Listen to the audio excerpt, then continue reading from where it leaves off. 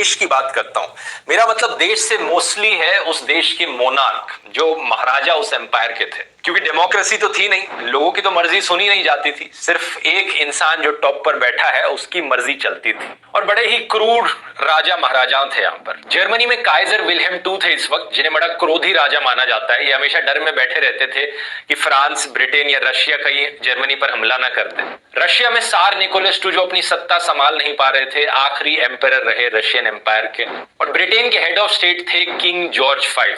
एक interesting fact बताऊं, ये जो तीनों राजा थे, ये तीनों एक दूसरे के फर्स्ट कजन्स थे। एक ही फैमिली के लोग थे ये, लिटरली 3 देशों के राजा। इमेजिन कर सकते हो। तो वर्ल्ड वॉर 1 एक तरह से यहाँ पर गेम ऑफ थ्रोन्स चल रहा था, लिटरली एक फैमिली फाइटिंग समझ सकते हो इसे। कहा जाता है कि क्वीन विक्टोरिया ने कोशिश करी थी इन तीनों के बीच में लड़ाई रुकवाने की, लेकिन उनकी डेथ के बाद ये पॉसिबल हो नहीं पाया। चौथा रीजन यहाँ पर बताया जाता है अलायंसेस। इन सारे देशों के बीच में इतनी सारी पॉलिटिकल अलायंसेस देखने को मिली। 1882 में ट्रिपल अलायंस बनी थी जर्मनी, ऑस्ट्रिया हंगेरियन एम्पायर और इटली के बीच में। इन तीनों कंट्रीज ने प्रॉमिस किया था म्यूचुअल सपोर्ट एक दूसरे को, अगर किसी भी ग्रेट पावर के ऊपर हमला किया जाता है तो। दूसरी मेजर अलायंस बनी थी 1907 में ट्रिपल एंटेंटे करके, ग्रेट ब्रिटेन, फ्रांस और रशिया के बीच में। ये अलायंसेस बनाने के पीछे ओरिजिनल रीजन ही था इंपीरियलिज्म। ये सारे देश दूसरे देशों पर कब्जा करते थे और फिर जेलस फील करते थे कि इस देश ने इस अफ्रीकन देश पे कब्जा कर लिया, इस वाले देश ने इधर कब्जा कर लिया, अब हमें अपने एम्पायर को यहाँ बढ़ाना है, वहां बढ़ाना है। यही चीजें चल रही थी। अब ऐसे केस में आम जनता का क्या हाल था?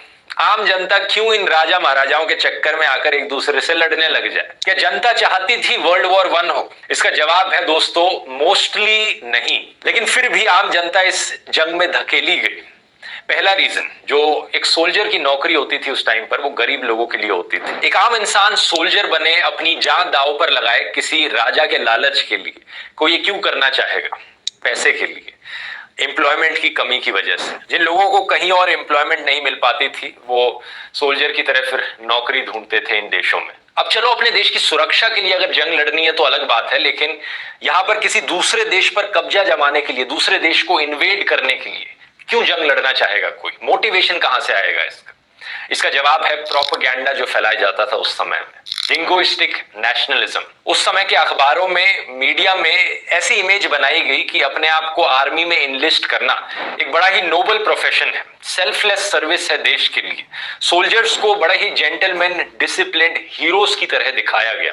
वॉर को ग्लोरीफाई किया जाने लगा मीडिया में। फॉर एग्जाम्पल, ब्रिटेन एक टाइम पर रशिया के साथ क्रीमियन वॉर पर गया था और एक फेल्ड मिलिट्री एक्शन की वजह से